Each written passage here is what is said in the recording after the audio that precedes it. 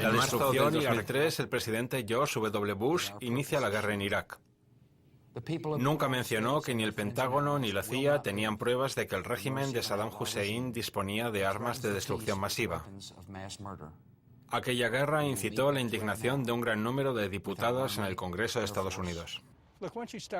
El fraude y la corrupción son algo inevitable cuando inicias una guerra basada en la mentira. Para mantener el ejército en la guerra, la administración Bush solicitó ayuda de empresas privadas con miles de millones de dólares de capital, dirigidas principalmente por exgenerales vinculados a la Casa Blanca. La destrucción y la reconstrucción de Irak era una tarea descomunal que el ejército estadounidense no podía llevar a cabo solo. El gobierno estadounidense contrató a empresas como SOC, Blackwater, KBR, Halliburton y Dean Corp para construir en el desierto campamentos militares del tamaño de ciudades. Las empresas abastecían al ejército con soldados, tanques y también combustible para los vehículos. Protegían la embajada estadounidense y a sus empleados. Formaban a las unidades policiales iraquíes y, sobre todo, conectaban las refinerías petroleras a la red. La más importante de esas empresas era la multinacional Halliburton, dirigida en los años 80 por la persona que más tarde sería el vicepresidente de la administración Bush, Dick Cheney.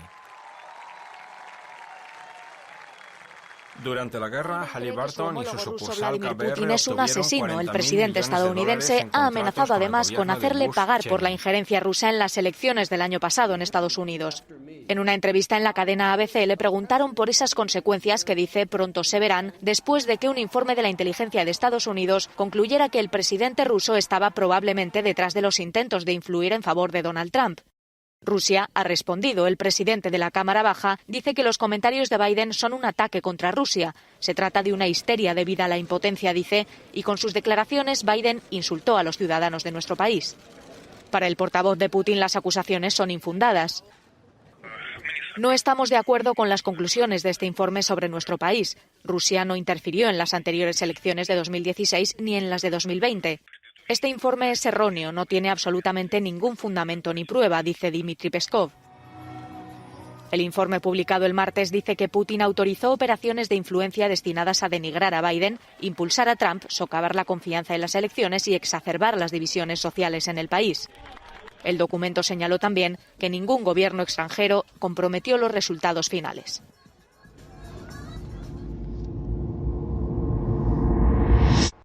There are two issues. One, informing the American public, the Security Council, and the world about the evidence to allow us to make the conclusion that Saddam Hussein remains a danger because he is not cooperating, he is still harboring, and he is still seeking the accumulation of weapons of mass destruction. That case, I believe, has been made. And I hope now that the American people will have this regurgitated in a number of venues and fora over the next weeks, that they will be as convinced as I am.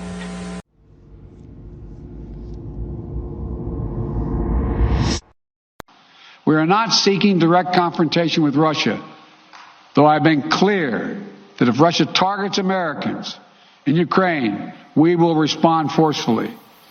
And if Russia attacks the United States or our allies through asymmetric means, like disruptive cyber attacks against our companies or critical infrastructure, we are prepared to respond. But we're moving in lockstep with our NATO allies and partners to deepen our collective defense against threats in cyberspace.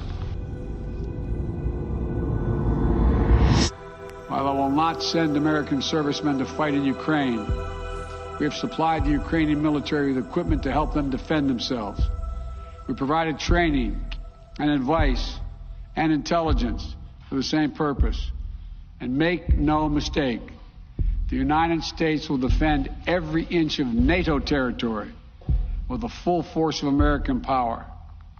An attack against one NATO country is an attack against all of us. And the United States' commitment to Article 5 is sacrosanct. Already, in response to Russia's buildup of troops, I've sent additional U.S. forces to bolster NATO's eastern flank. Several of our allies have also announced they'll add forces and capabilities to ensure deterrence and defense along NATO's eastern flank. We will also continue to conduct military exercises with our allies and partners to enhance defensive readiness. And if Russia invades, we'll take further steps to reinforce our presence in NATO, reassure us for our allies, and deter further aggression. To be clear, if Russia decides to invade, that would also have consequences here at home. But the American people understand that defending democracy and liberty is never without cost. This is a cause that unites Republicans and Democrats. And I want to thank the leaders and members of Congress of both parties who've forcefully spoken out in defense of our most basic, most bipartisan, most American principles.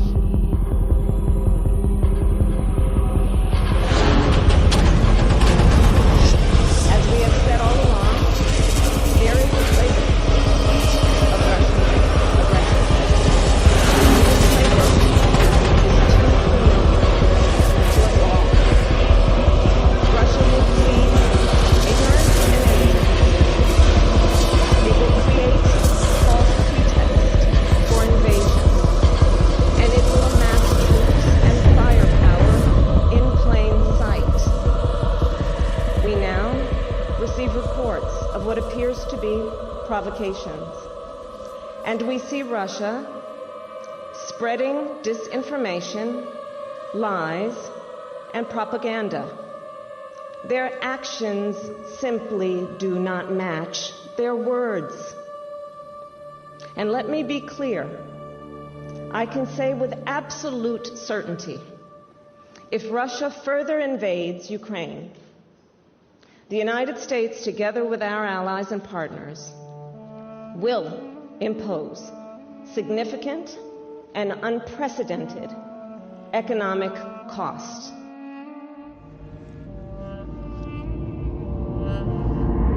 I want everyone in Lithuania, Estonia, and Latvia to know, and I want President Putin and the Kremlin to know, that the United States of America stands with our allies. But conflict is not inevitable. Mr. Putin can choose a different path. The United States, in lockstep with our allies and partners, have offered him an opportunity to pursue a diplomatic solution. We hope that he takes it. We hope that he steps back from the brink of conflict. And we hope that he de-escalates. And we have to show that we're ready in case Russia builds on its supposed successes, and we're ready to defend Baltic states, Poland, and other countries in the region.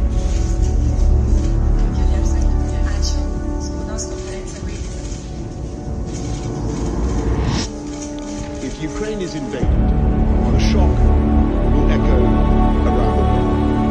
And those echoes will be heard in East Asia, they will be heard in Taiwan. When I spoke to the Prime Ministers of Japan and Australia this week, they left me in no doubt that the economic and political shocks will be felt on the far side of the world. So let me be clear about the risk. The risk now is that people would draw the conclusion that aggression pays and that might is right. So we should not underestimate the gravity of this moment.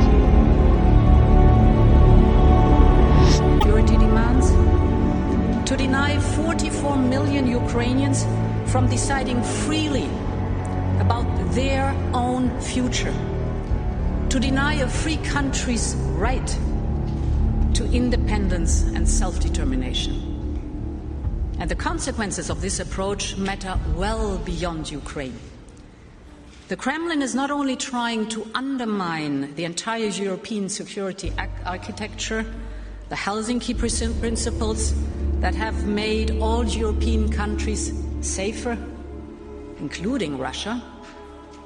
It is also violating the UN Charter, which states that countries, and I cite, shall refrain from the threat and use of force. This is probably the most dangerous moment, I would say, in the course of the next few days, in what is the biggest security crisis cannot let this Europe has stand. faced for decades. The Kremlin's dangerous We've thinking, got which to get comes it right. straight out And I of think that a the dark combination past, of may cost sanctions Russia a and prosperous future. military resolve plus diplomacy I'd like to thank is Poland what is in for regularly hosting more than 4,000 enduring rotational U.S. military personnel.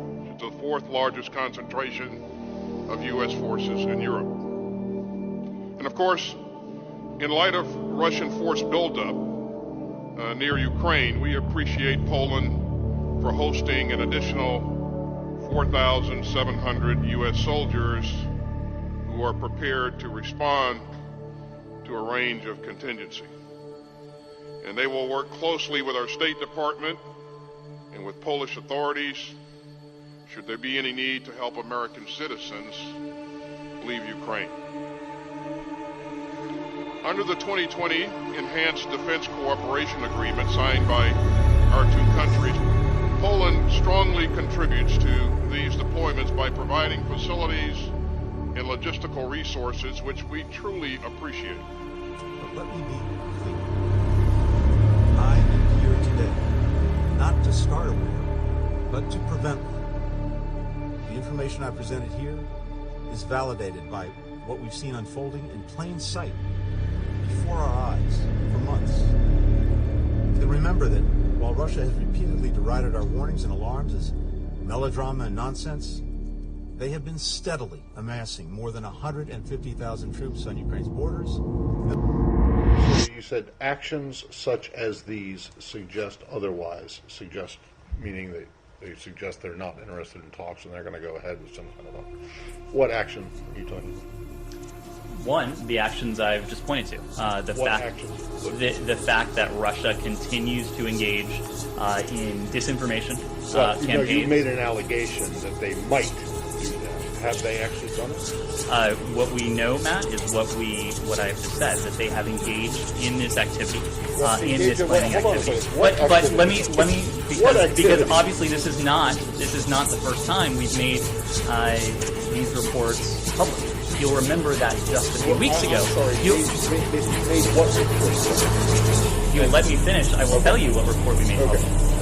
We told you a few weeks ago that we have information indicating Russia also has already prepositioned a group of operatives to conduct a false flag operation in eastern Ukraine. So that, Matt, to your question, is an action that Russia has already taken. It's an action that you say that they have taken, but you have shown no evidence to confirm that. And I'm going to get to the next question here, which is, what is the evidence that they... I mean, this is like crisis actors, really? This is like Alex Jones territory you're getting into now. What evidence do you have to support the idea that there is some propaganda film in the making? Matt, this is derived from information known to the U.S. government, intelligence information that we have declassified. I think you know... Okay, well, where is it? Where is this information? It is intelligence information that we have declassified. Well, where is it? Where's the declassified information? I just delivered it. No, you made a series of allegations and statements. Would you like us to print out the topper? Because you will see a transcript of this briefing that you can print out for yourself. That's not evidence, Ned. That's you saying it. That's not evidence. I'm sorry. What would you like, Matt?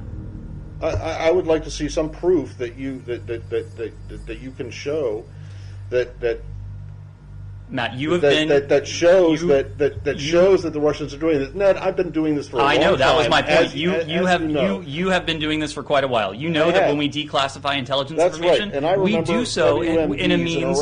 We do so with an eye to protecting sources and methods. Is not going to fall.